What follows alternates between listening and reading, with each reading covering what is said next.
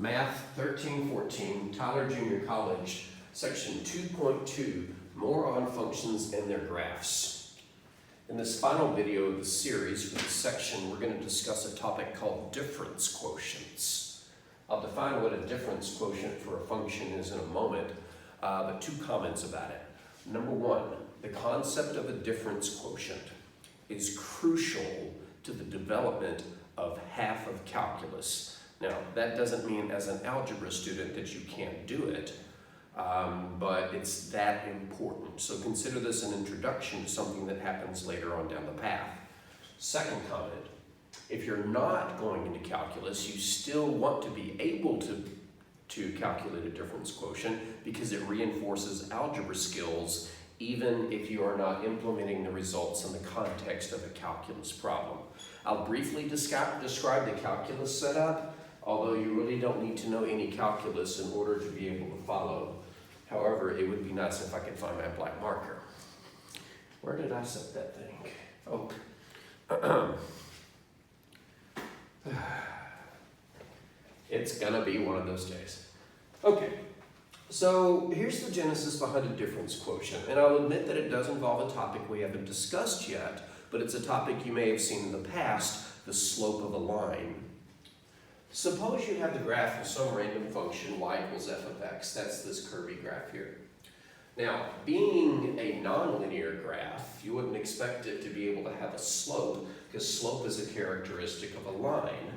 But it's reasonable to ask, can I find the slope momentarily at a certain point? For example, the slope of this graph at this point looks about like that, but over here it looks like that. The formula for slope requires knowing the coordinates of 2 points. So if you're only looking for the slope of a curvy graph at a single point, you don't have enough information to calculate that slope. So how is a problem like this resolved in a calculus setting? Well, you pick the point where you want to know the slope of the graph, and then you pick another point off to the right of it temporarily. To describe the second point, we're going to measure the distance between this x and the next one, and that distance is usually called h. So if this first point's x-coordinate is x, and then I go h more to the right, then the second point's x-coordinate will be x plus h.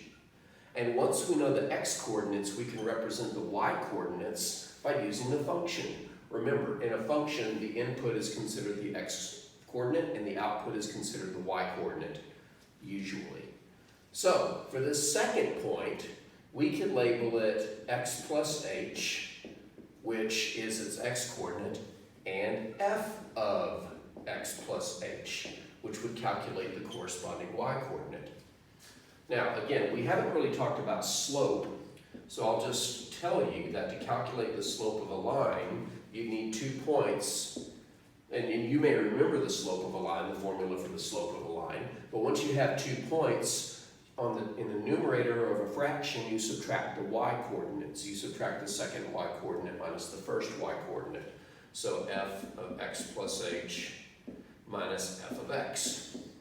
And in the denominator, you subtract the x-coordinates, the second x-coordinate minus the first x-coordinate.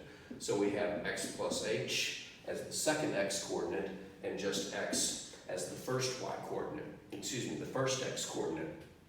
Not a whole lot happens here. In fact, nothing happens in the numerator. If you're tempted to distribute the f, stop. That's not a multiplication problem. It's a function. It doesn't have some special sort of distributive property that we can execute. So we're stuck with the numerator. However, in the denominator, the x and the negative x cancel, and that leaves us with, in the numerator, f of x plus h minus f of x. But in the denominator, because the x's cancel, it leaves us h. This is a formula that will calculate the slope of a line connecting 2 points on a graph if you know the x-coordinate of the first point and the distance between the 2 points. Where the calculus kicks in, and if you can visualize this, you take the distance between them and you let it shrink down to 0. What happens is the second point starts moving towards the first point, the line connecting them starts tilting, and when h approaches 0, then this line becomes the line whose slope we're looking for at this particular point on the graph. It's a little beyond what we can talk about now, although not really, as you'll see at the end of the first example, but this is the genesis of something called a difference quotient. This expression is the expression that's called a difference quotient. It's a quotient, aka a fraction, aka a division problem. The numerator is a subtraction problem. On the left of it is f of x plus h, and on the right of it is f of x, but the denominator is just h. So if you were working a problem, and the question was find the difference quotient of a function, this is all you would do. Well, I say that's all you would do. For example, let's say I ask you to find the difference quotient, which I'm going to abbreviate dq for, we'll say f of x equals x squared plus 2x. We'll say plus, I'm going to make this a 3x, I'm going to make this a 2 over here, because I can sketch this graph pretty quickly. We could all sketch it eventually, we would just have to cram in enough points to find where it is. But as I mentioned in a previous video, the more you know in advance about a function's graph, the less work you have to do. I know a lot of things about this function's graph, and when the time is right, you will too. Without going into the details, I know that this function has x-intercepts at 2 and 1. That's not correct, at -2 and -1, meaning that the graph will cross the x-axis at -1 and -2. I know it's going to cross the y-axis at 2, the y-intercept, and I know it's going to look something like this. Okay? Not drawn perfectly, but it would look roughly like that. If we want to find the difference quotient, and we don't need the graph to do it, we simply have to calculate this expression, which you can think of as 3 moves. Number 1, evaluate f of x plus h. Number 2, from that, subtract the original function. And then number 3, divide everything by h. So let's take it in 3 steps. Step number 1, f of x plus h.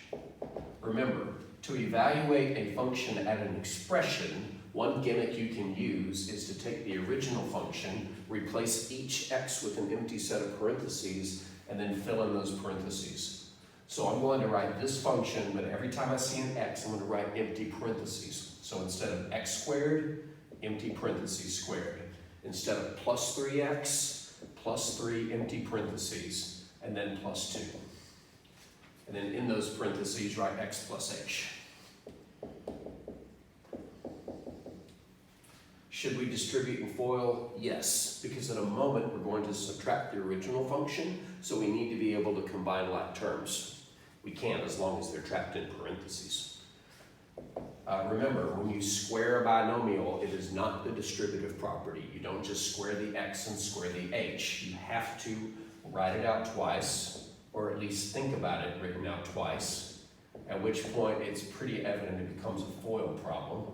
The results of the FOIL problem would be x squared plus 2xh plus h squared.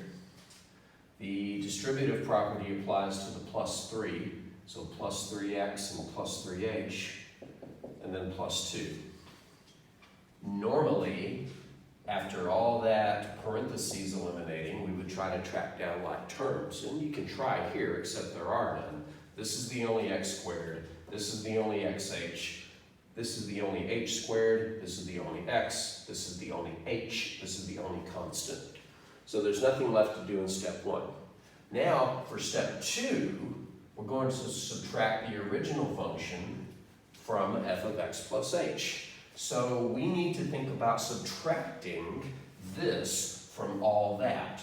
Now, technically speaking, you should write minus, parentheses, and then the entire function. In other words, you could write it like this: minus, equals minus, open parentheses, entire function. But you know that when there's a negative in front of a parentheses, you're going to distribute it. So instead of wasting time writing that parentheses, let's just think about subtracting this entire function by distributing a minus to each term. So if we subtract x squared, it would become a negative x squared, which I'm going to write under the x squared. If we subtract positive 3x, it would become a negative 3x, which I'll write over there under its like term. And if we subtract positive 2, it becomes a negative 2. So the subtraction is really easy as long as you remember that when you subtract an entire polynomial, you have to distribute the negative to each term. So positive terms become negative and vice versa. And now we can figure out f of x plus h minus f of x by simply combining like terms. Well, you may notice that all the like terms are opposites. The x squareds cancel, the 3x's cancel, and the 2's cancel. This is actually not that uncommon when you're calculating a difference quotient. In many, many, many circumstances, not all of them, bring down the plus 3h. In many, many circumstances, when you calculate f of x plus h minus f of x, every term that does not have an h cancels. No h, it canceled, no h, it canceled, no h, it canceled, meaning that all the remaining terms do have h's. Now, why is that important? Because our third step is to divide this thing by h. So step 3 is to take the difference and put it over h. So let's put all this over an h. Look at all them h's. Which ones cancel? These two? Or is it these two? Or maybe these two? The answer, ironically, is none of those, but all of those. When I say none of those, we have a rule for canceling in a fraction. The rule is you can only cancel parts of multiplication problems. And more specifically, you cannot cancel parts of addition or subtraction problems. All of the terms on the top are currently parts of addition problems. They are not eligible to cancel, but we have ways around that. One common way is to split this into 3 fractions, each with the same common denominator. So 2xh over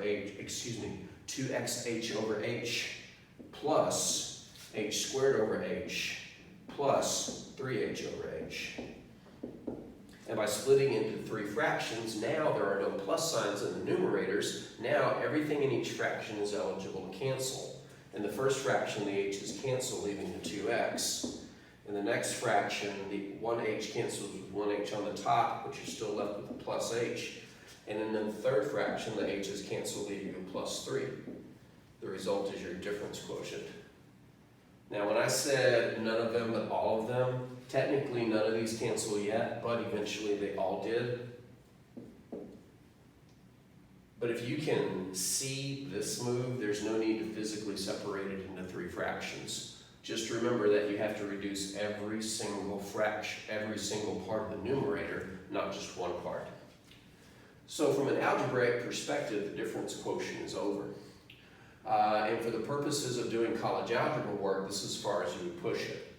What I'm about to say next actually is what would happen in calculus. So if you are not on a path towards calculus, well, you're all on a path towards calculus. Whether or not you go all the way down that path is up to you and your degree plan. But if you plan on taking calculus in the future, I invite you to hang around for about another 60 seconds or 2 minutes. If not, you're okay with wrapping up the video now. From a calculus perspective, this is initially used to help calculate the slope of a graph that's not a line.